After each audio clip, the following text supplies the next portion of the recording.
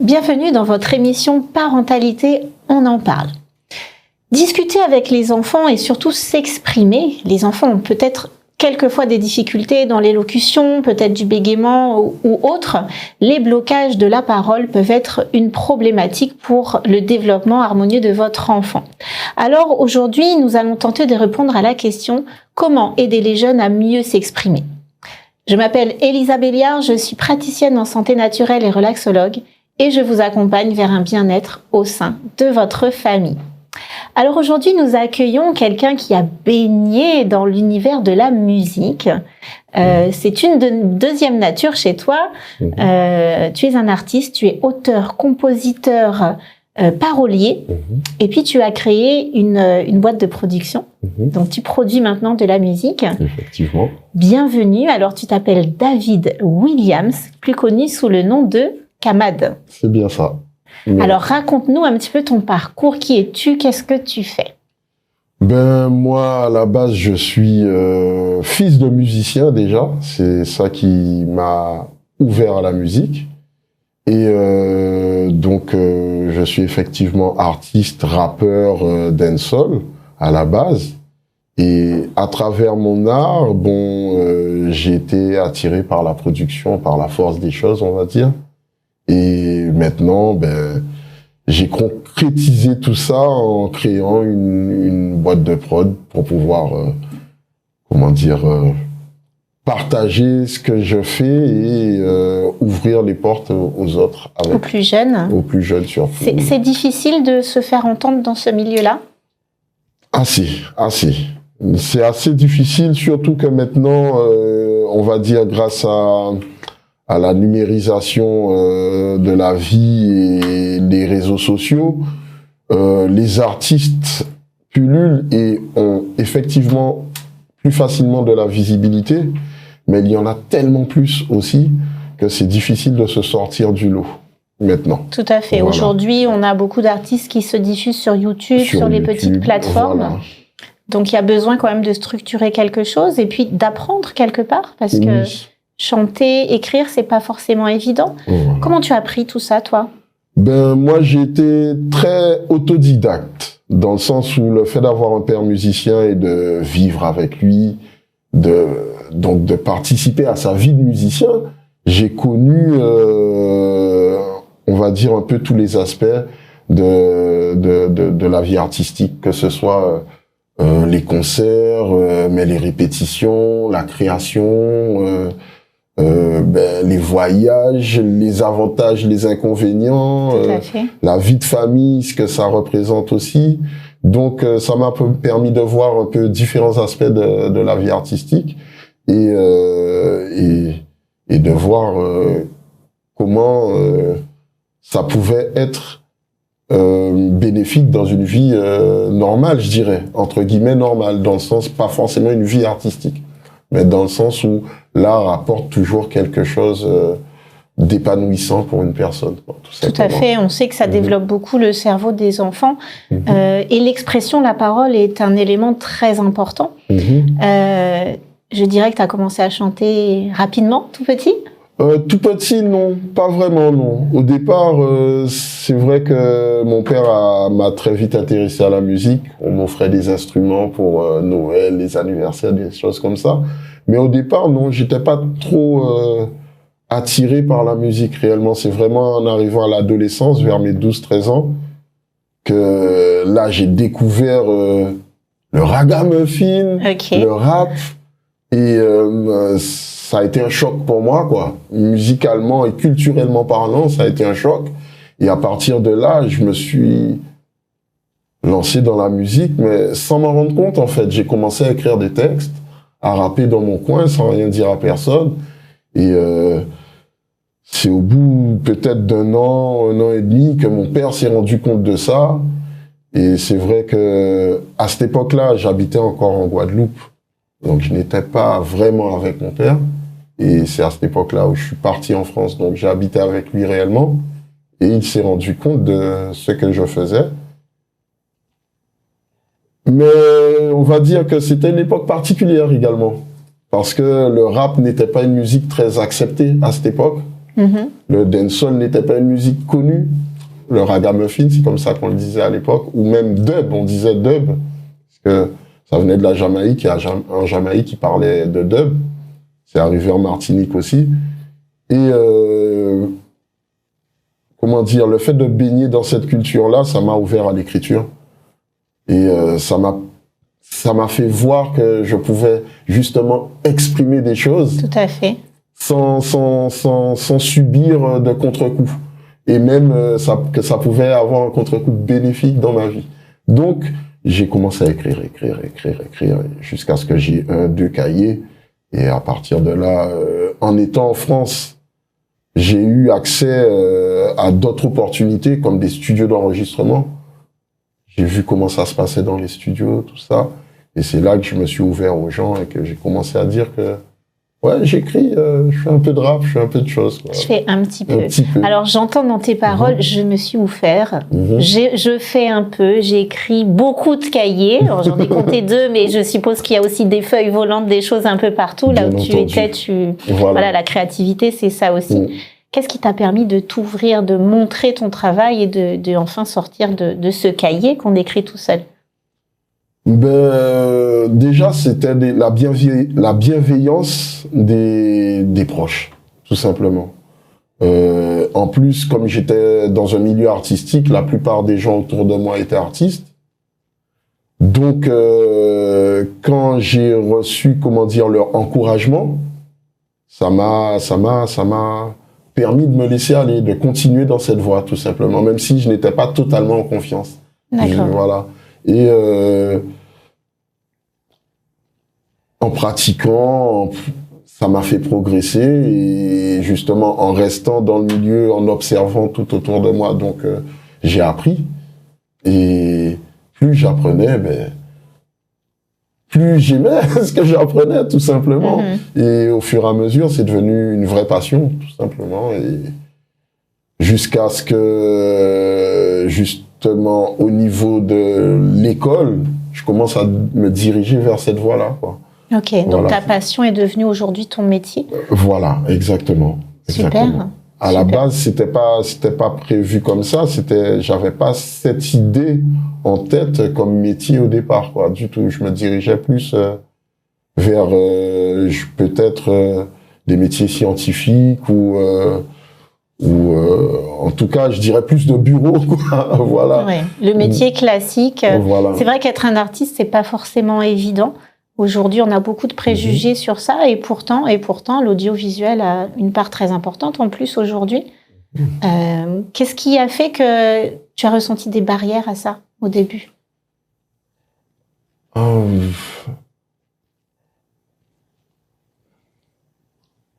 sais pas, je ne vois pas vraiment.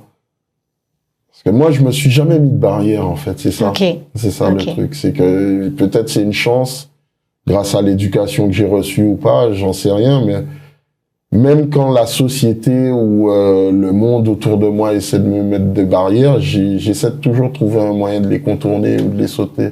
Parce que, justement, ce qui m'intéresse, c'est mon objectif, mon but. Donc, ces barrières, il y en avait peut-être, mais je me suis pas attardé dessus. Tu ne les as pas regardées. Voilà, tu as ignoré un petit peu tout ce qu'on aurait pu te dire. Après, les barrières, elles étaient peut-être financières, pour acquérir du matériel, des choses comme ça. Il y avait des barrières au niveau apprentissage aussi, parce que bon, à l'époque, en tout cas, trouver des écoles d'art accessibles, à part si vous rentriez au conservatoire ou des choses comme ça, ou si on avait choisi un cursus artistique à l'école dès le départ, il n'y avait pas beaucoup de possibilités pour se former et apprendre au niveau des arts, quoi. Donc,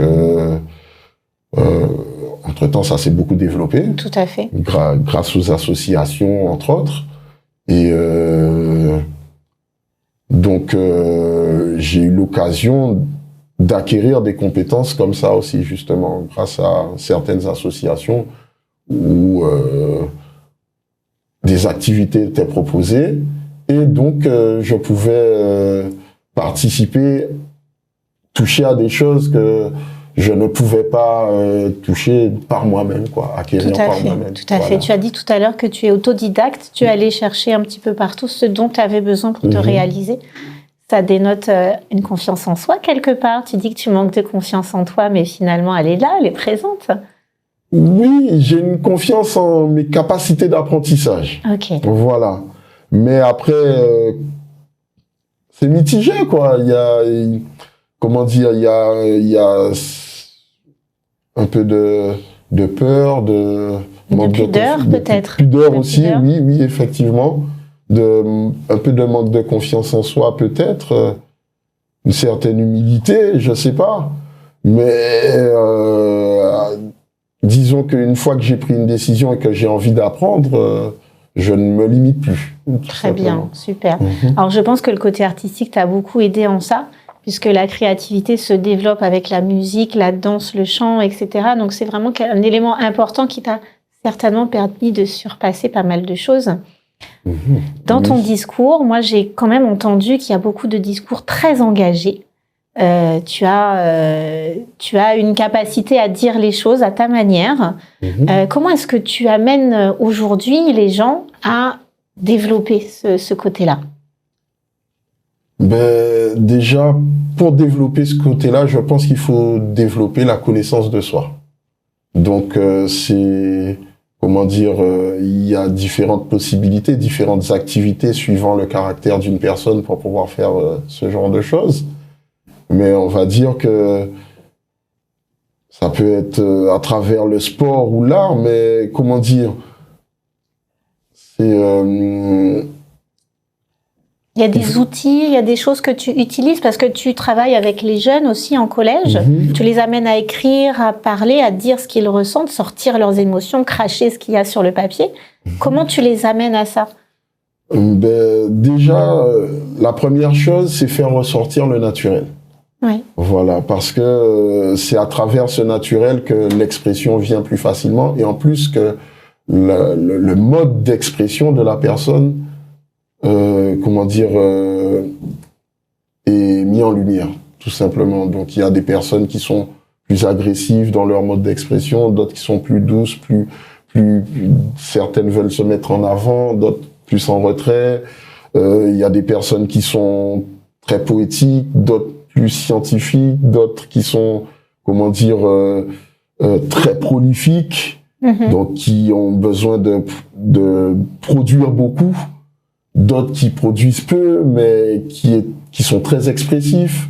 Donc, on va dire que chaque personne a sa manière de faire et il faut savoir mettre ces personnes à l'aise déjà, en confiance avec moi en premier lieu, pour qu'elles puissent se laisser aller et exprimer leur vraie nature. Ok. Voilà. Et à partir de cette vraie nature, là, on peut commencer un travail d'expression. Parce que si la personne a un mode d'expression corporel plus que oral, ça sert à rien d'aller la forcer à essayer de mettre des mots sur ses émotions ou sur ce qu'elle a envie de dire.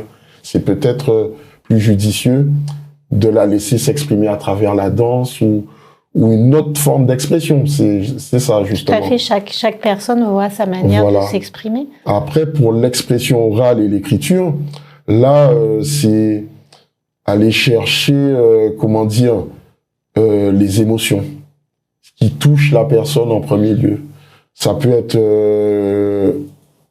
moi, j'essaie d'aller chercher des émotions positives. Donc, j'essaie plus d'aller chercher des choses qui vont rendre joyeux. Mais c'est pas tout le temps ce qui est le plus expressif. Il y a des personnes qui ont des choses plus de tristesse à exprimer. Et c'est pas parce qu'elles expriment cette tristesse que ça leur fait du mal. Et qu'elles ne seront pas joyeuses par la suite. C'est thérapeutique. Voilà, exactement. On a quand même des enfants qui ont quelquefois un parcours assez particulier. Oui. Se livrer, c'est pas évident. Donner ce qu'on a dans le cœur, c'est pas évident. Donc ça dénote un grand travail derrière de psychologie aussi. Oui, peut-être. Après, ce travail de psychologie, pour moi, il est instinctif. J'ai jamais appris. C'est juste, comment dire, les relations humaines, quoi, tout simplement. Et j'essaie d'avoir toujours une très grande bienveillance à l'égard des plus jeunes, des enfants. Parce que, comme on dit, c'est l'avenir. Je me dis, il y a des messages dans le rap qui m'ont marqué, comme le message de Tupac Shakur, qui dit que le mal que tu fais aux enfants ou que tu transmets aux enfants, détruit le monde, tout simplement. Donc, plus je leur transmets de notions positives et de sentiments positifs, je me dis que plus ce sera positif pour leur vie future, tout simplement. Exactement, exactement. Est-ce que ces enfants, après être passés dans tes ateliers, ont plus de facilité à discuter avec leurs parents, à s'ouvrir? Avec leurs parents, j'en sais rien. Parce que moi, jusqu'à présent, le cadre dans lequel j'interagis avec eux, c'est un cadre scolaire ou bien un cadre associatif. Et donc, leur interaction avec leurs parents, je n'ai pas vraiment beaucoup de visibilité là-dessus. Mais d'après ce qu'ils m'en disent, en tout cas, et d'après ce que je peux déceler à travers leur écriture, j'ai l'impression que oui, qu'il y a un changement, au niveau de leur, justement, expression, qu'il y a un changement dans la manière ou dans la facilité de s'exprimer, et peut-être aussi une meilleure maîtrise de cette expression.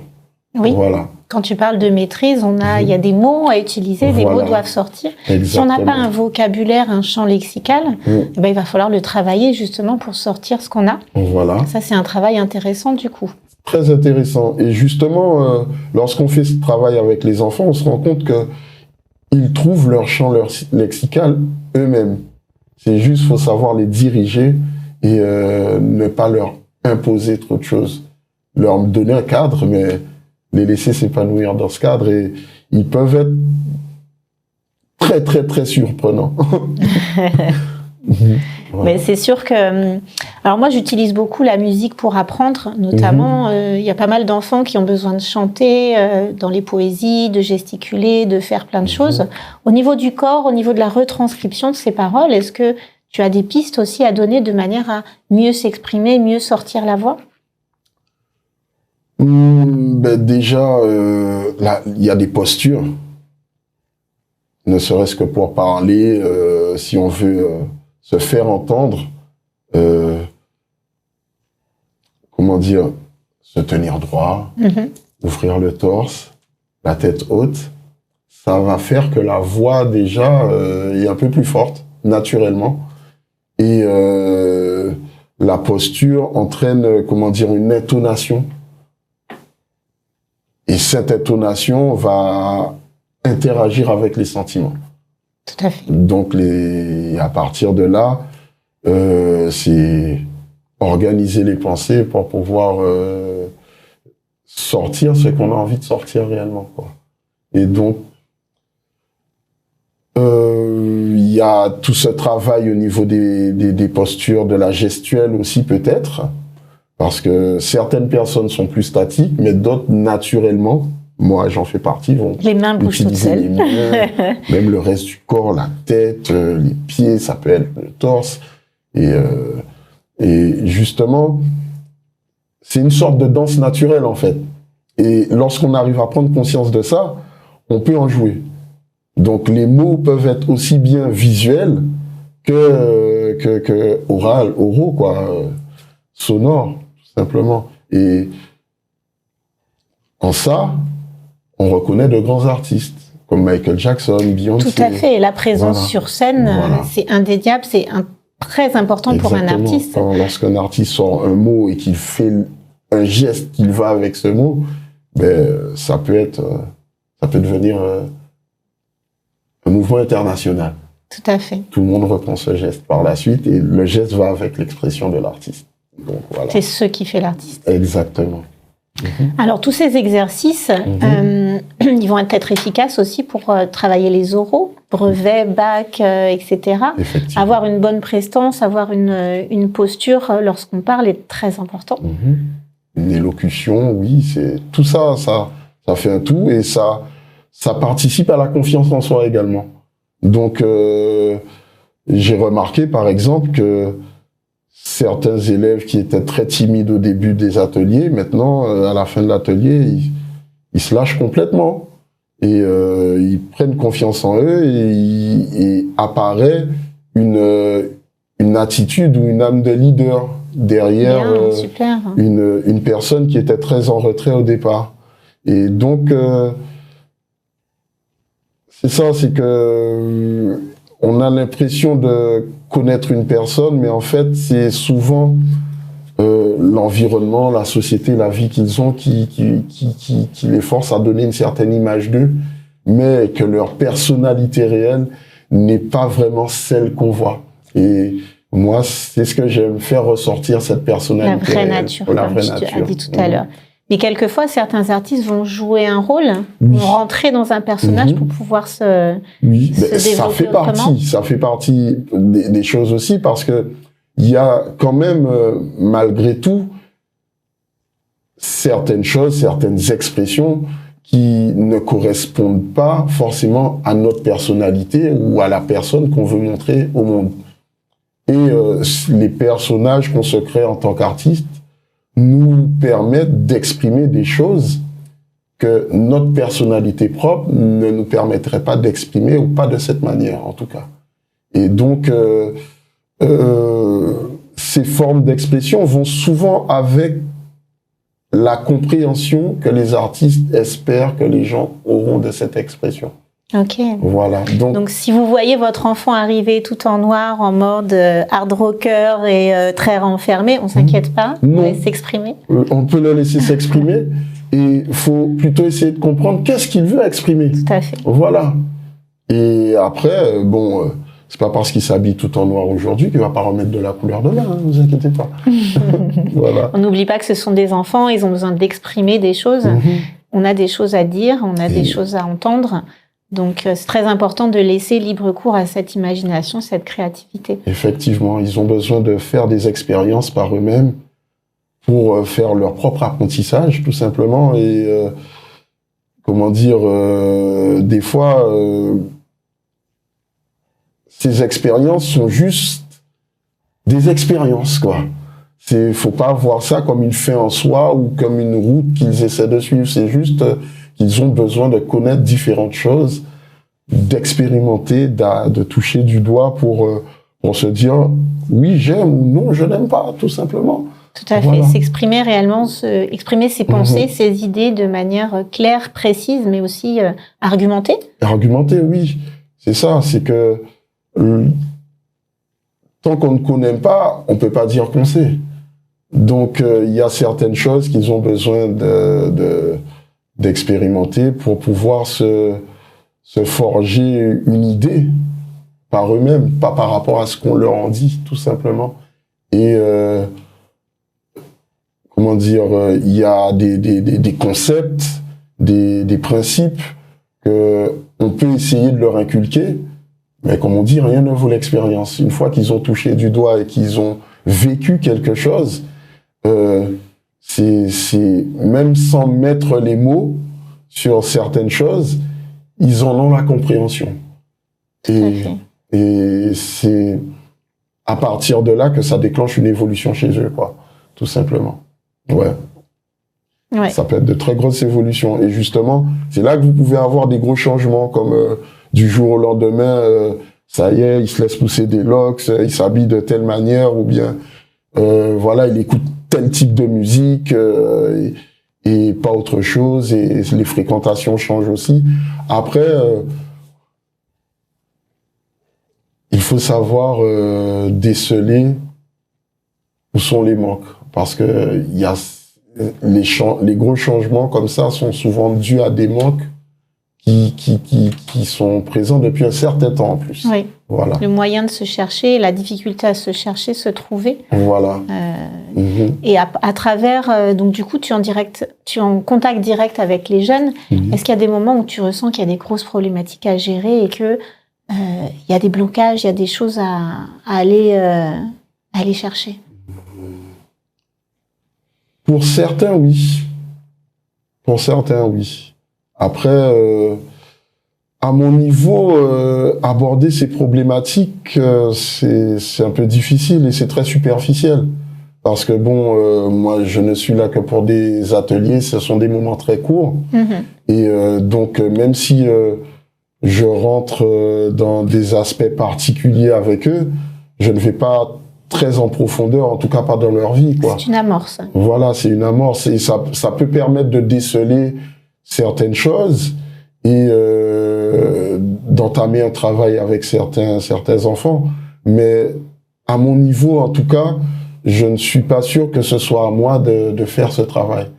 Je peux être un révélateur, mais je ne crois pas avoir les compétences et la légitimité pour pouvoir faire ça, tout simplement. Tu es autodidacte, ça devrait bien se passer. Oui. C'est un sujet particulier, voilà, on touche à la psychologie. Exactement. Donc, à travers la musique et à travers des morceaux, je peux toucher du doigt des choses très profondes, c'est vrai, et faire les enfants s'exprimer. Mais je ne suis pas sûr, comme je te disais, que ce soit à moi d'aller vraiment faire, que ce soit si c'est un travail psychologique ou je sais pas, éducationnel. Je sais pas, je peux apporter ma pierre. On s'arrête à l'essentiel. Voilà. C'est pointer du doigt ce qui ne va pas à travers la musique. Est-ce que forcément un enfant qui va exprimer, aussi bien dans la musique que dans les poèmes, dans toutes ces choses-là, un enfant qui va exprimer des choses assez tristes, assez profondes, est-ce qu'il faut s'inquiéter? Ou est-ce qu'on laisse faire, on est à l'écoute? Pas forcément s'inquiéter, mais il faut s'en préoccuper quand même. Essayer de comprendre d'où viennent ces sentiments et amener peut-être l'enfant à se confier un peu plus s'il est apte, parce que c'est pas toujours le cas aussi, quoi. Parce que pour qu'un enfant se confie, il faut quand même créer une certaine relation de confiance avec cet enfant. Tout à fait, de bienveillance. Voilà, aussi. de bienveillance. Et bon, j'essaie de le faire avec tous les groupes que je reçois. Mais comme je disais, ce sont des moments très courts. Donc, j'ai plusieurs enfants en même temps. Donc, même quand je décèle un petit aspect sur lequel j'aimerais aller plus loin, je n'en ai pas forcément la possibilité, tout simplement. Donc, c'est pour ça que c'est bien d'être en contact avec peut-être des éducateurs ou bien les instituteurs, institutrices, leur entourage. Peut-être aussi des fois si on peut avoir accès aux parents, c'est bien. Oui. Ça c'est plus facile dans le milieu associatif que dans le milieu scolaire, pour moi en tout cas. Et après c'est comment dire, c'est laisser l'enfant s'exprimer avec vous, quoi.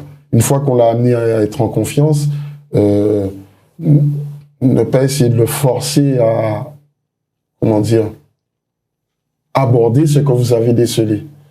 Tout à fait. Petit à petit, on force pas les choses.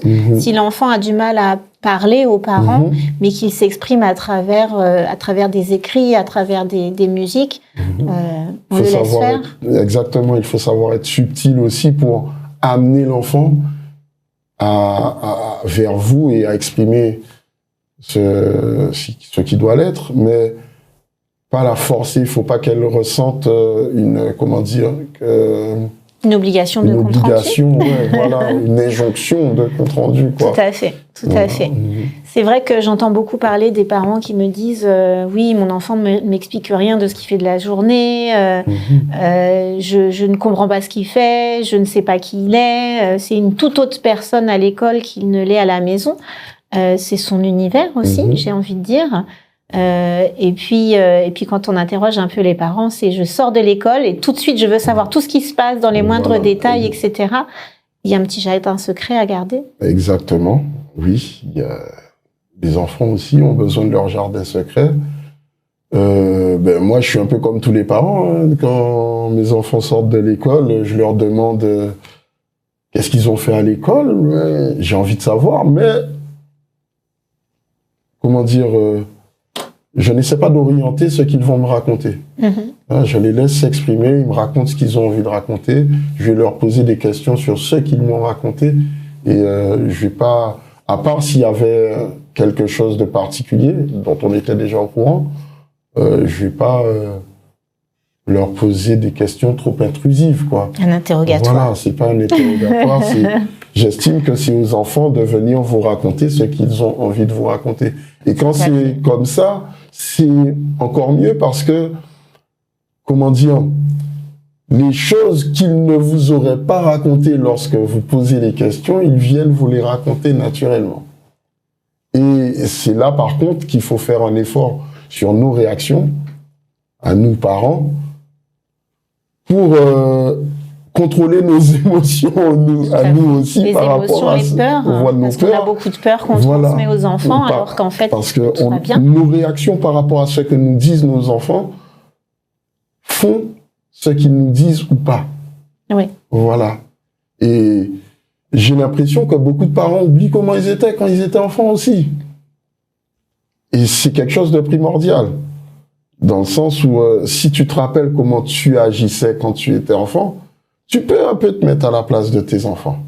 Ou des autres enfants et savoir comment ils peuvent plus ou moins réagir. Et en plus, comment dire, les enfants, ils sont très spontanés. Si on leur laisse la liberté de l'être. Donc, il y a déjà assez d'injonctions dans la société pour leur en rajouter à la maison en plus, quoi. Bien sûr, il y a des principes, il y a des choses à respecter, il y a des règles, il y a un cadre, mais au-delà de ce cadre, il faut leur laisser de la liberté dans le cadre, tout simplement. Très bien, super. Donc la musique comme moyen d'expression, on chante, on danse aussi avec son corps, puisque certains vont avoir du mal à parler, mais par contre vont s'exprimer d'une autre manière. À chacun de trouver son moyen d'expression. Ça passe par la créativité, ça passe par la confiance en soi, la gestion de ses émotions à travers la communication qu'on va en faire. Donc tu es précurseur à un dialogue avec les parents aussi. Ben oui, j'avoue, parce que on a une autre vision que de leurs enfants. Tout à fait. C'est ça. Et une vision que souvent eux-mêmes ne soupçonnent pas. Et moi, j'ai été surpris par, comment dire, ça peut être la maturité ou bien les connaissances d'enfants que on se dit comment un petit comme ça peut me sortir quelque chose comme ça, quoi. C'est souvent des pensées, des réflexions beaucoup plus élaborées que celles des adultes, quoi. Et c'est vraiment surprenant. C'est intéressant. C'est super intéressant et c'est, comment dire, c'est enrichissant, très enrichissant.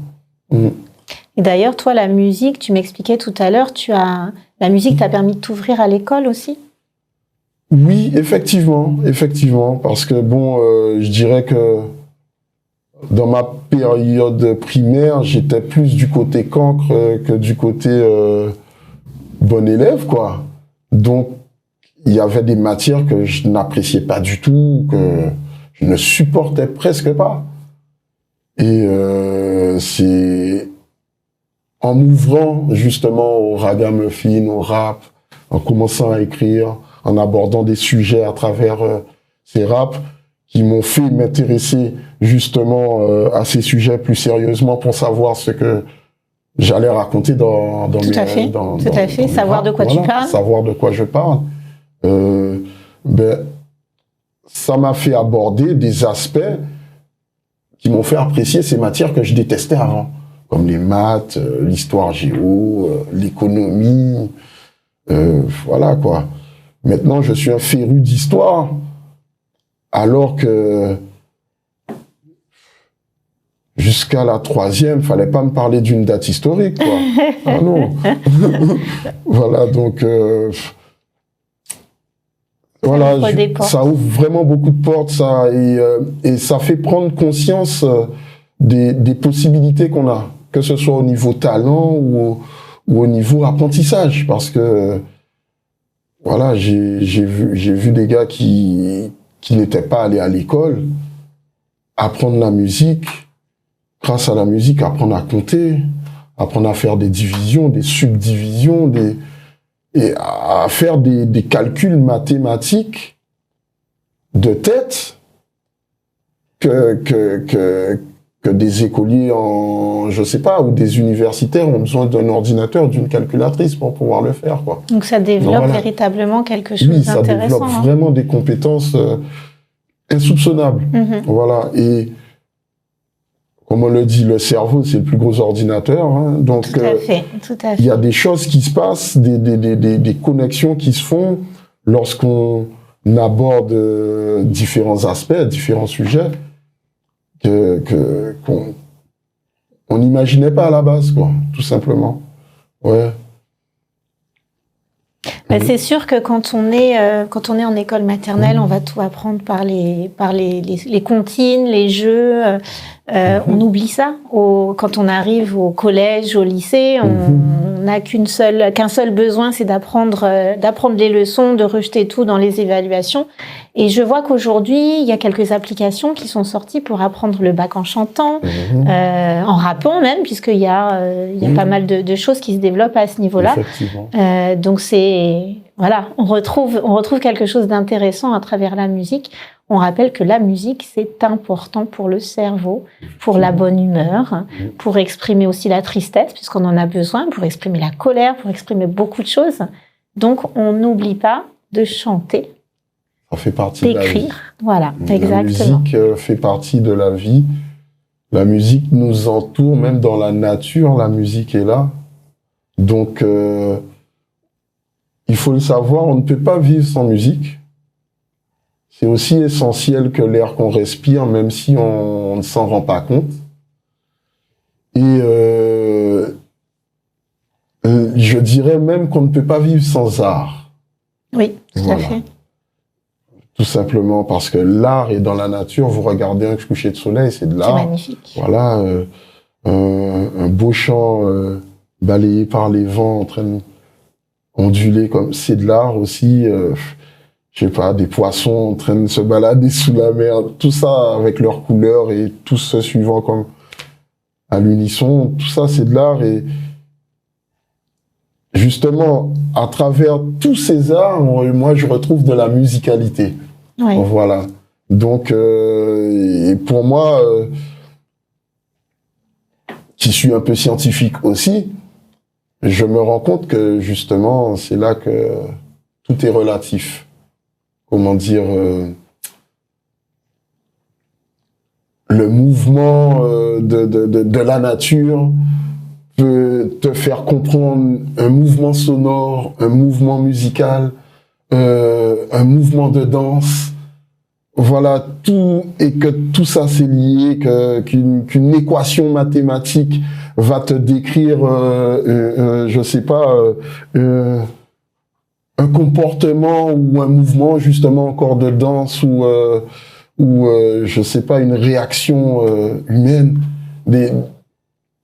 que dans un texte poétique ou rap on peut retrouver justement une équation mathématique dans la construction des phrases ou des rimes, et et tout est lié, tout est lié. Tout à fait, on passe par l'observation de notre vie de tous les jours, mais aussi de ce qui se passe. Tu as parlé de la nature, tu as parlé de plein de choses. On est poète, en fait. Effectivement, et les enfants sont poètes naturellement. Et ils ont chacun leur type de poésie. Et à travers, par exemple, je sais pas moi, des films, la lumière qui passe à travers un vitrail ou quelque chose comme ça, ils vont t'exprimer une poésie que toi tu n'avais pas entrevue. Qu'on a oublié, puisqu'on était des enfants et on était vrais, on va dire. Je dis bien vrai dans le sens où quand on est enfant, on n'a pas le vécu d'adulte, on n'a pas tout ce qui se passe derrière. Donc, malgré tout, certains enfants vont avoir un vécu qu'ils n'auraient pas dû avoir. Ils ont grandi un petit peu vite. Et cet art-là, cet art de la musique que tu veux bien aller leur donner, justement, au sein de l'école, leur permet aussi de s'évader, de retrouver la conscience de qui ils sont, de l'environnement dans lequel ils vivent. Et ça, c'est vachement bien. Donc, merci pour eux. Je vous en prie, c'est un plaisir. Donc, le fin mot de l'histoire, c'est rêver, chanter, danser, s'exprimer. Ce sont vraiment des maîtres mots de l'éducation. On n'oublie pas que l'art, la créativité va développer d'une manière extraordinaire le cerveau, va redonner l'envie aux enfants de pouvoir apprendre à l'école, de pouvoir développer leurs capacités. On n'est pas autodidacte comme ça, n'importe comment. Non. Tu as créé aussi ton univers à travers la musique, à travers l'expression de toi-même. Tu as trouvé qui tu étais et tu as pu tu peux maintenant le retranscrire, le redonner aux jeunes et aux moins jeunes, puisque tu as une boîte de production. Oui. Tu produis des artistes locaux. Effectivement, oui. Elle est toute jeune, cette boîte de production. Donc, oui, je travaille avec des artistes locaux, martiniquais particulièrement, mais de toute la Caraïbe aussi. Je reste ouvert à tous. Et l'objectif de cette boîte de production, il y a 3 objectifs. La première, c'est, ouvrir aux échanges avec toute la Caraïbe et le monde. Ensuite, la première, en réalité, ce serait la transmission, puisque je suis plus dirigé vers les jeunes et les nouveaux talents. Mais également, la coopération, puisque j'ai envie de fonctionner avec ceux qui sont déjà sur le marché. Et je fonctionne déjà avec eux de toutes les manières. Donc, cette boîte de prod, toute jeune. Qui s'appelle comment? Madstud. Madstud, ok. Voilà. Comme les talons fous. Voilà, en anglais. Et comme je disais, nous sommes là pour démocratiser l'art, on va dire. Super. Voilà. Super. Merci beaucoup. Merci pour cette interview. J'espère que tu vas développer encore plus l'art chez les jeunes, qu'on va pouvoir sortir aussi des jeunes talents et pouvoir encore mieux s'exprimer et dire surtout ce qu'on a à dire sur la société, sur ce qui nous encombre et pouvoir faire évoluer les choses. Effectivement, oui. J'aimerais apporter cette petite pierre à l'édifice parce que je me rends compte que artistiquement, je ne sais pas si c'est par rapport aux médias ou à l'industrie, mais c'est dirigé dans des directions souvent trop similaires. Et je me dis qu'il faut ouvrir la palette, tout simplement. Il y a trop de choses à voir, il y a trop de choses à dire, et personne ne le dit de la même manière. Donc pourquoi les forcer à le faire tous de la même manière? Tout à fait. Voilà. Donc devenir soi-même, voilà. Trouver l'expression de soi comme on a besoin de le dire. Donc voilà. Donc merci à toi. Merci. Et puis et nous nous retrouvons bientôt dans une autre émission. Donc pensez à l'expression de vos enfants, à l'expression de vous-même. Vous pouvez aussi vous mettre à la musique. Donc allez-y, développez votre créativité. À bientôt.